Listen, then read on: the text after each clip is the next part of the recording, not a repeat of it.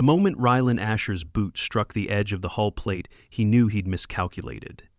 The jagged lip of torn metal caught his shin, slicing through the fabric of his suit and deep into flesh. He crumpled with a grunt, sliding down the incline of the maintenance corridor aboard the Thurian vessel Yelari Ventra. "Damn it," Rylan muttered, dragging himself upright with one arm while clutching his leg with the other. Blood soaked through the fabric, dark and spreading fast. The overhead lights flickered again, casting long shadows over the curved walls. The ship had taken damage during the asteroid sweep outside the Varnus belt, and now engineers, human and alien, scrambled to keep it from turning into a floating tomb. A shrill beep echoed from the hallway behind him. "Human, you are damaged." Rylan turned his head and saw a tall, willowy alien rushing toward him. Pale blue skin and elongated limbs, the creature's wide eyes blinked in asynchronous pairs. It was Kael, the medical attendant assigned to the human crew. Kael dropped to one knee beside Rylan and leaned close, examining the wound. "This is horrific," Kael said, voice high and trembling. "The laceration is extensive, possibly a severed tibial line.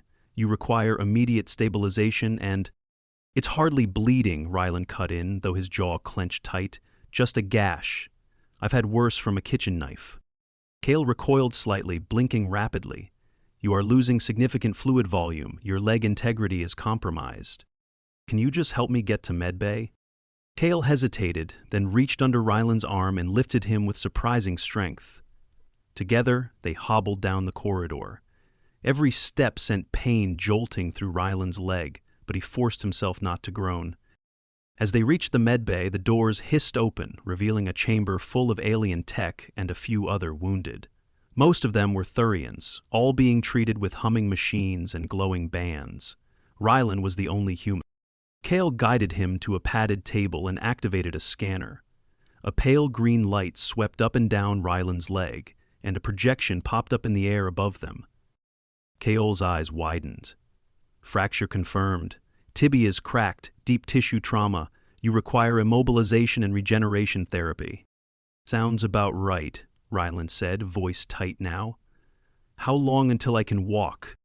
Kael looked confused. "You should not be walking, not for at least 12 Earth days." 12? "That's manageable. Just brace it and give me something for the pain." "You are still bleeding."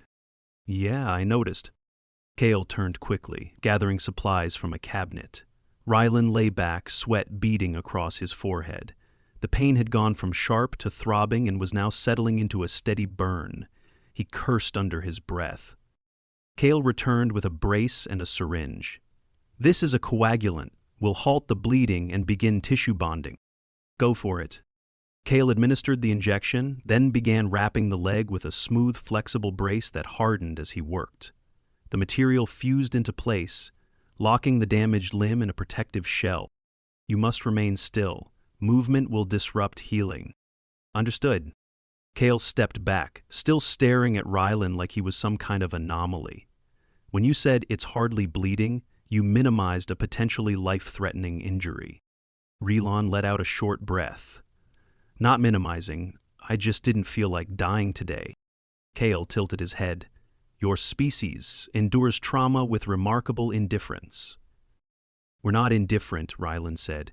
"We're just used to patching ourselves up while everything's still on fire." The door to medbay opened and a stocky, green-skinned alien lumbered inside. It was Commander Varric, the ship's security chief. "I receive report of an injured human," Varric said, stepping toward the bed. "Rylan Asher, you are relieved from duty until further notice." "No argument here," Rylan muttered. Kael looked up. "He must not move for at least 12 days. Varric grunted. "We shall coordinate accordingly." Rylan sat back and closed his eyes. His leg throbbed, his head pounded, and he felt the weight of exhaustion settle in. When he opened his eyes again, Kael was still watching him. "You should sleep," Kael said. "Not much choice." Kael dimmed the light slightly and left him alone. Rylan drifted in and out of sleep for the next few hours. He woke only when the ship shuddered. Another impact, maybe? Alarms didn't sound, so he shut his eyes again. The next morning cycle, Kael checked in again with a nutrient pack and another scan. The fracture was holding, though the bleeding had caused some internal swelling. Rylan winced as Kael adjusted the brace. "No damage to major vessels," Kael reported. "You avoided catastrophic injury by less than 1 centimeter. I guess I got lucky." Kael blinked again. "You call this luck?" "I call it not having a severed artery." Kael looked like he was trying to understand a joke he didn't quite grasp. Over the next few days, Rylan remained confined to medbay. He watched as injured Thurians came and went, some with burns, others with plasma scoring across their limbs. He noticed that Kael treated each one with precision and caution, but whenever he returned to Rylan, there was always a lingering look of disbelief. 5 days in, Kael brought a mobility aid, an odd floating disc that hovered beneath Rylan's foot to keep weight off the leg.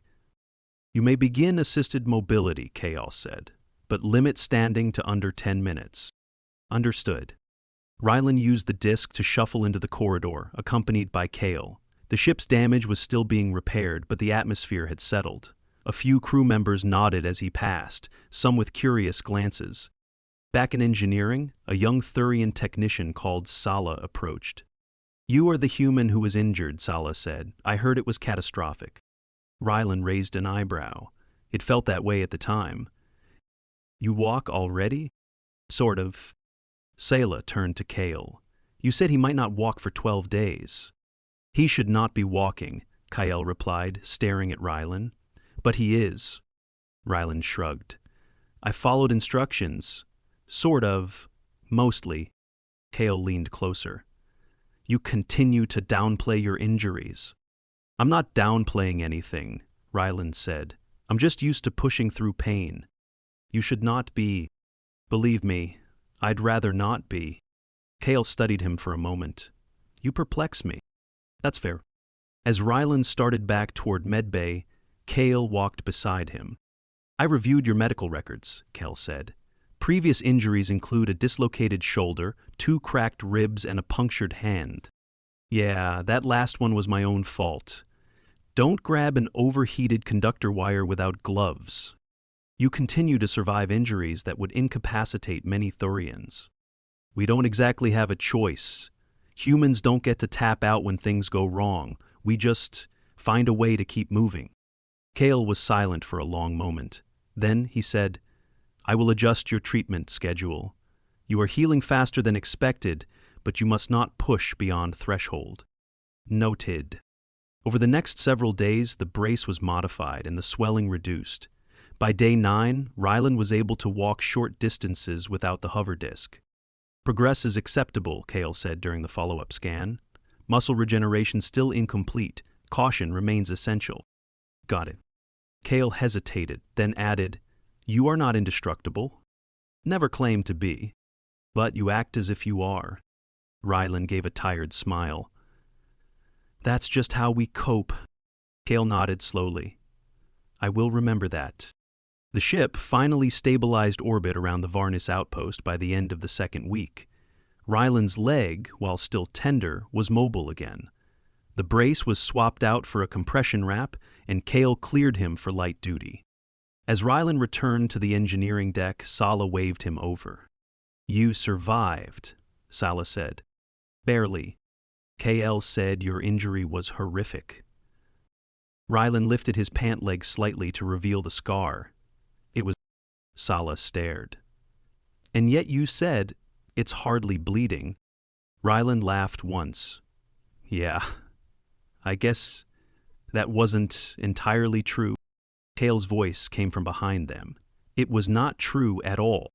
Rylan turned to see Kael holding a datapad, face unreadable. "But you survived," Kael added, "and now I understand a little more about humans." Rylan nodded. "Good, because I'm still trying to understand Thurians." Kael gave a slow blink. "Medical exchange, then?" 3 days after being cleared for light duty, Rylan found himself wedged shoulder-deep in a coolant exchange duct, sweat dripping from his brow onto the pale metal surface below.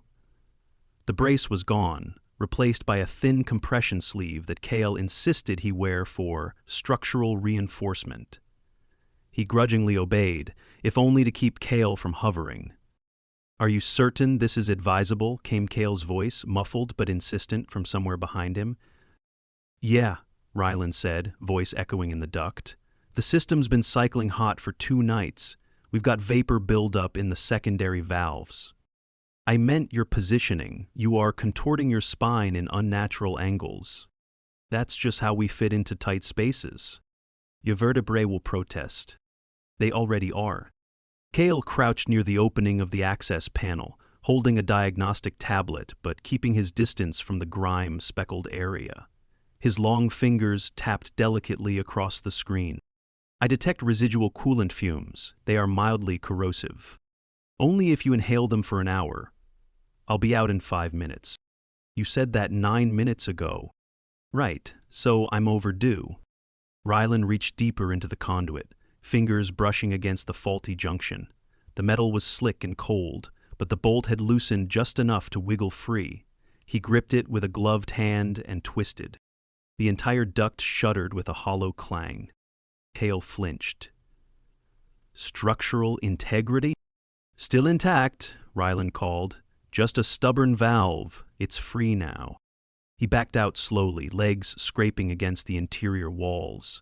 His shirt was soaked through at the collar, and a smear of greenish fluid ran across his forearm.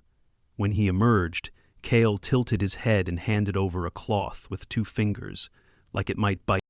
"You are leaking." "It's the coolant," Rylan said, wiping his arm. "I'm fine." "You are not wearing protective barrier sleeves." "They slow me down." "They prevent chemical absorption through the dermis." "Yeah, but the duct was too narrow for extra layers. I had to reach past the bend." Kael's pupils contracted. "You chose chemical exposure over spatial inefficiency?" "I chose to fix the valve." Kael blinked twice, then turned his attention to the tablet. "Coolant pressure is returning to baseline. The system is stabilizing." "Good. That should keep the circulators from overheating." Kael lowered the tablet. "You do not value self-preservation the way I expected." Rylan leaned against the bulkhead, catching his breath. "That's not true. I just prioritize solutions." "But you risk harm in pursuit of those solutions. Sometimes there's no other way." Kael studied him for a moment, then folded the cloth with meticulous care and placed it into a sealed pouch. "This will be analyzed," he said. "For what?" "Skin reactions, possible tissue irritation. I must ensure you do not develop lesions." Rylan raised an eyebrow. "Do you do that for everyone who gets messy?" "Only when they ignore basic precautions." He couldn't argue with that, so he didn't. Instead, he pushed off the wall and started walking toward the lift. Kael kept pace beside him. "I have reviewed more human medical data," Kael said. "That sounds dangerous." "I encountered an archive of visual records, training footage, emergency procedures, simulated accidents." "Right. We like to make our worst days into instructional content." Kael gave no indication of humor. There was one file labeled Chainsaw Injury Response. It featured an individual with a detached limb.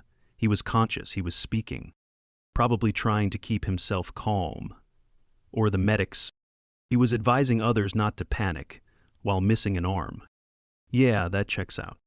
Kael looked genuinely unsettled. "You do not respond to trauma in predictable ways." "We don't always have time to scream."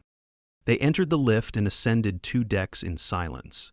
When the doors opened, Kael turned toward the medbay while Rylan headed for the crew commons.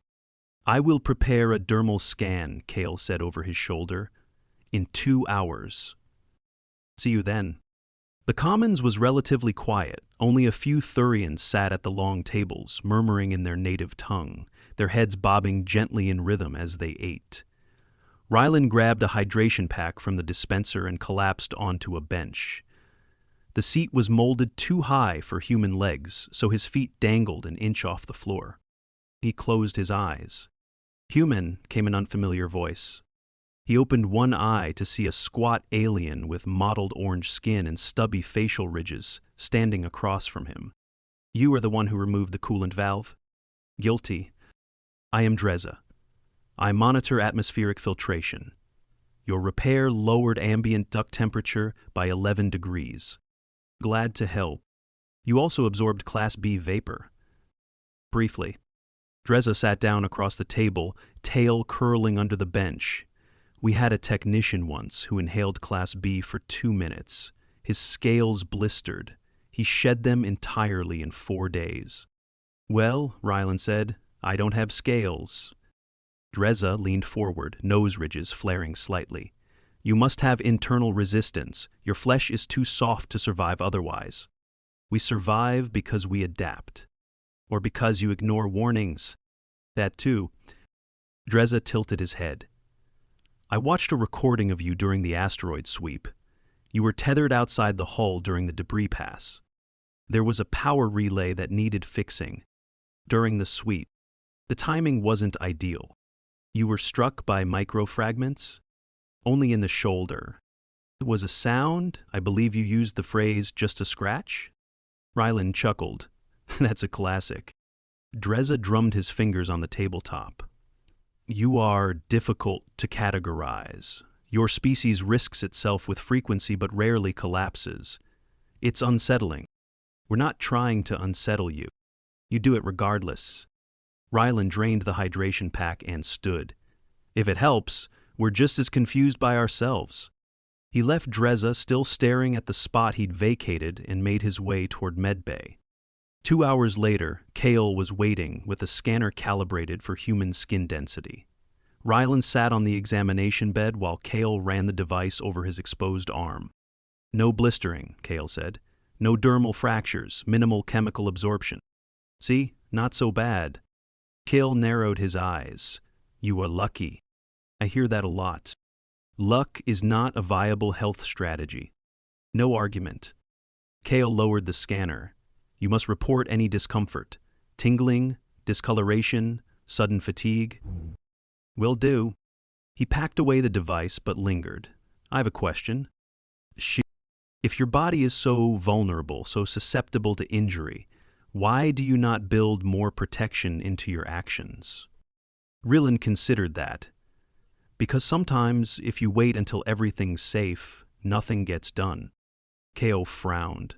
There is logic in that, but it is reckless. We don't thrive on recklessness. We just get used to living on the edge of it. Kael turned away, then paused. I am recalibrating my assumptions about you. Good. Keep them flexible. Later that shift, an alert chimed across the internal comms. Pressure imbalance in the hydroponics bay. Rylan and 2 Thurians responded. He arrived first. The chamber lights flickered, condensation fogging the glass walls. One of the nutrient tanks had ruptured, spilling viscous fluid across the floor. The flooding was shorting out the floor panels. Sparks danced in the mist. Rylan stepped inside without hesitation. Behind him, the Thurians stopped at the threshold. That fluid is conductive, one warned.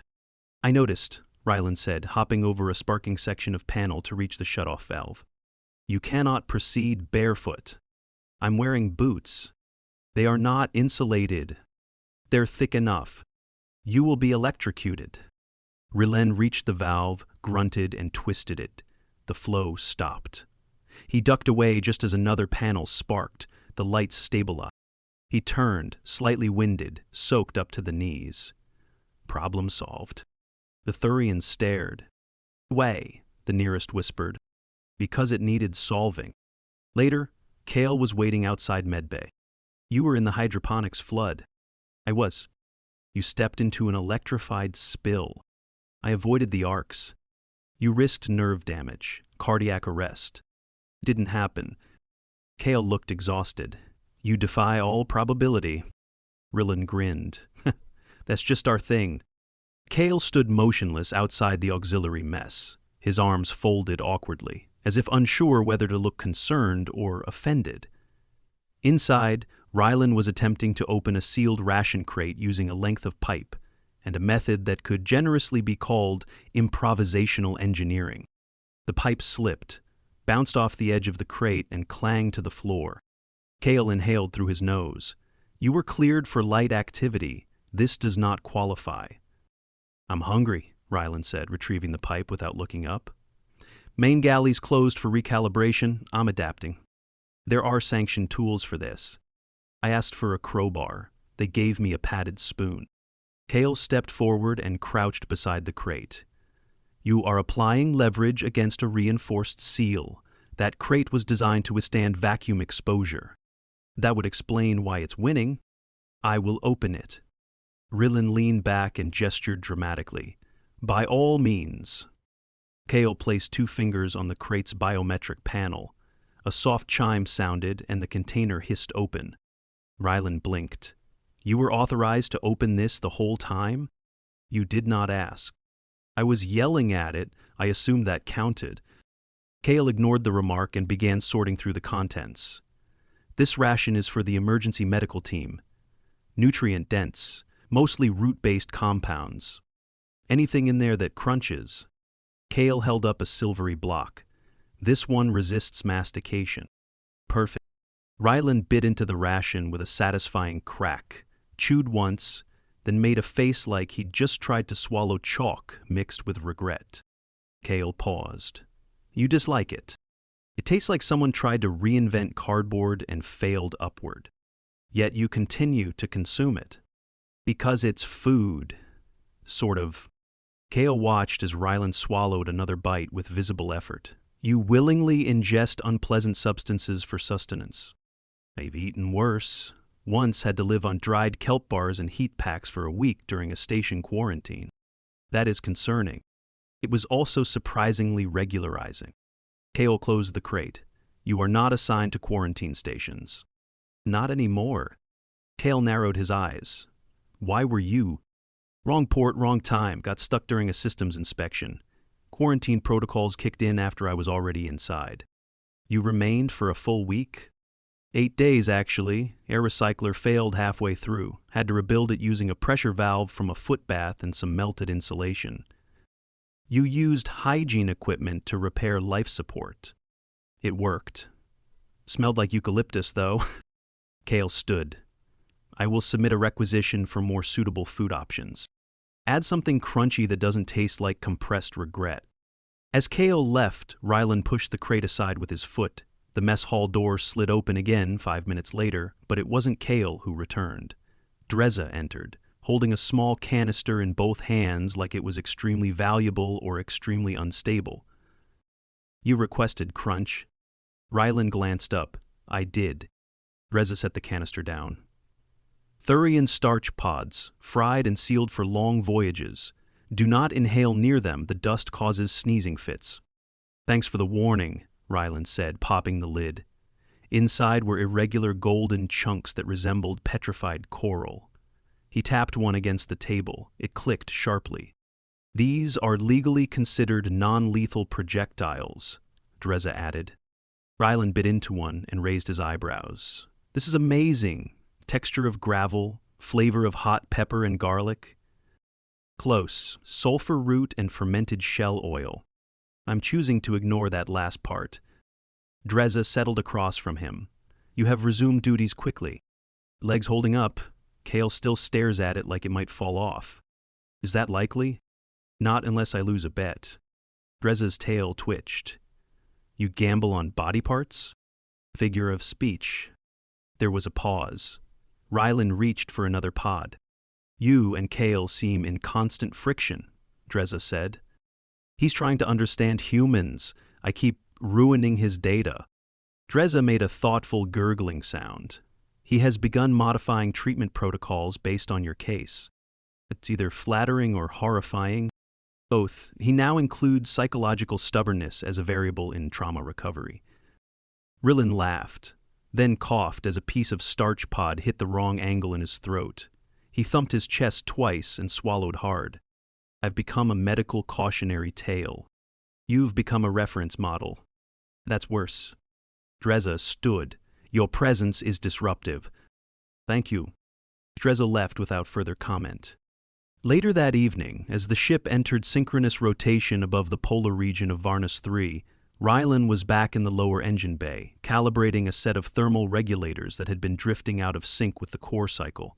He crouched beside the control panel, wrist deep in a tangle of orange and black conduits. The compression sleeve around his leg had started to itch, and he scratched at it absently with his elbow.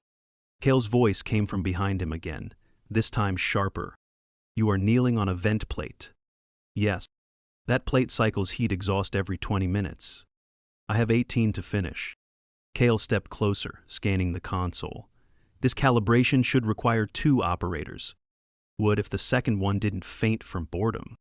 "You are bypassing safety redundant. I'm triple-checking everything." Kael crouched beside him. "You have increased your risk tolerance since your fracture." "No, you've just started noticing it." Kael adjusted his scanner. "Your leg is under strain.